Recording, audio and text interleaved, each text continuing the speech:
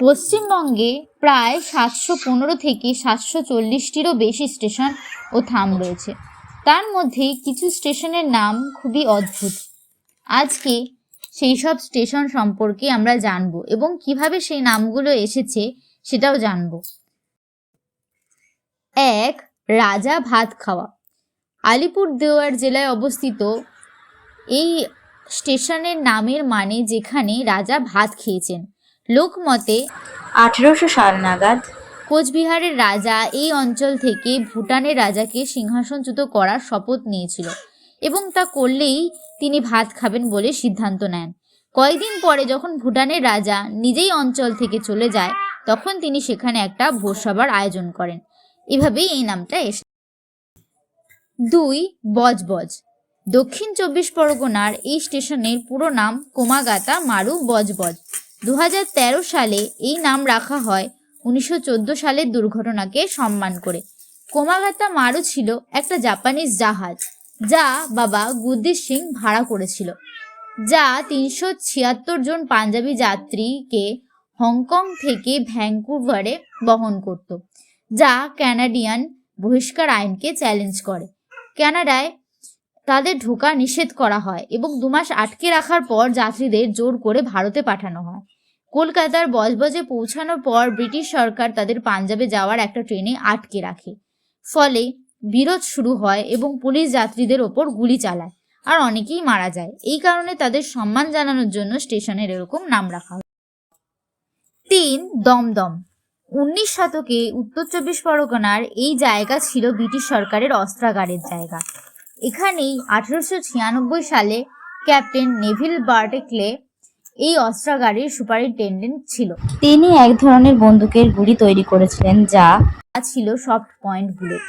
এই বুলেটের আগে মার্ক II বুলেটটি সম্পূর্ণ ধাতব জ্যাকেট ছিল, যার কারণে এই বুলেটের আঘাতে কোনো মানুষের খুব একটা বড় ক্ষত তৈরি হতো না। কিন্তু নেভিলের তৈরি সফট পয়েন্ট বুলেটে অনেক বড় ক্ষত হতো। এই বুলেটটির নাম তিনি দেন দমদম। যেহেতু এই এলাকাতে এটা তৈরি হয়েছিল তাই এর নাম দমদম। 4. বালি। হাওড়া জেলায় অবস্থিত এই জায়গার নাম হয়েছে বালির শহর হিসেবে। হুগলি নদীর তীরে যে বালি পাওয়া যায় তা থেকে এই স্টেশনের নাম হয়েছে বালি। 5. হলদিবাড়ি। এই স্টেশনটি কোচবিহার জেলায় অবস্থিত। অতীতে এখানে হলুদের খুব চাষ হতো এবং হলুদের ব্যবসা ছিল, সেই কারণেই স্টেশনের এরকম নাম। 6. কালচিনি। আলিপুরদুয়ার জেলায় এই স্টেশনটি অবস্থিত। এর নাম এসেছে কালজানি নদীর নাম থেকে, যা এই অঞ্চলের মধ্যে দিয়ে বয়ে গেছে। 7. নামহীন স্টেশন। এই স্টেশনের কোনো নামই নেই। স্টেশনটি পূর্ব বর্ধমানে অবস্থিত। এর কারণ হলো দুটো অঞ্চলের বসবাসকারীদের মধ্যে ঝামেলা, রায়না ও রায়নাগড়ের মধ্যে ঝামেলা। স্টেশনটির প্ল্যাটফর্মে ফাঁকা হলুদ সাইনবোর্ড ঝোলানো আছে। 8. শিয়ালদহ। এটি কলকাতা জেলায় অবস্থিত। এই অঞ্চলের চারপাশে শিয়াল ডাকত। একটা সময় ছিল যখন এখানে বন ছিল এবং প্রচুর পরিমাণে শিয়াল ছিল, তার থেকেই এই অঞ্চলের নাম দেওয়া হয়েছে শিয়ালদহ। 9. আসানসোল।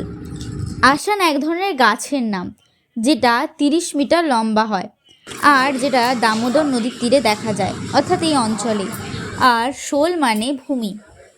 দুটো শব্দ মিলে এই জায়গাকে বোঝায়, অর্থাৎ যেটা বোঝায় আসান গাছের। 10. হাওড়া। হাওড়া কথাটি এসেছে বাংলা শব্দ হাওর থেকে, যার মানে নদী প্রক্রিয়ার ফলে যে অগভীর জলাভূমি তৈরি হয়।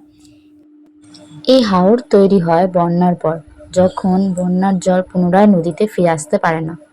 এই হাওর কথাটা বাংলাদেশে বেশি প্রচলিত, পশ্চিমবঙ্গে অতটা শোনা যায় না। ভিডিওটি ভালো লাগলে লাইক করে দিও আর এরকম আরও ভিডিও পেতে চাইলে সাবস্ক্রাইব করে দিও।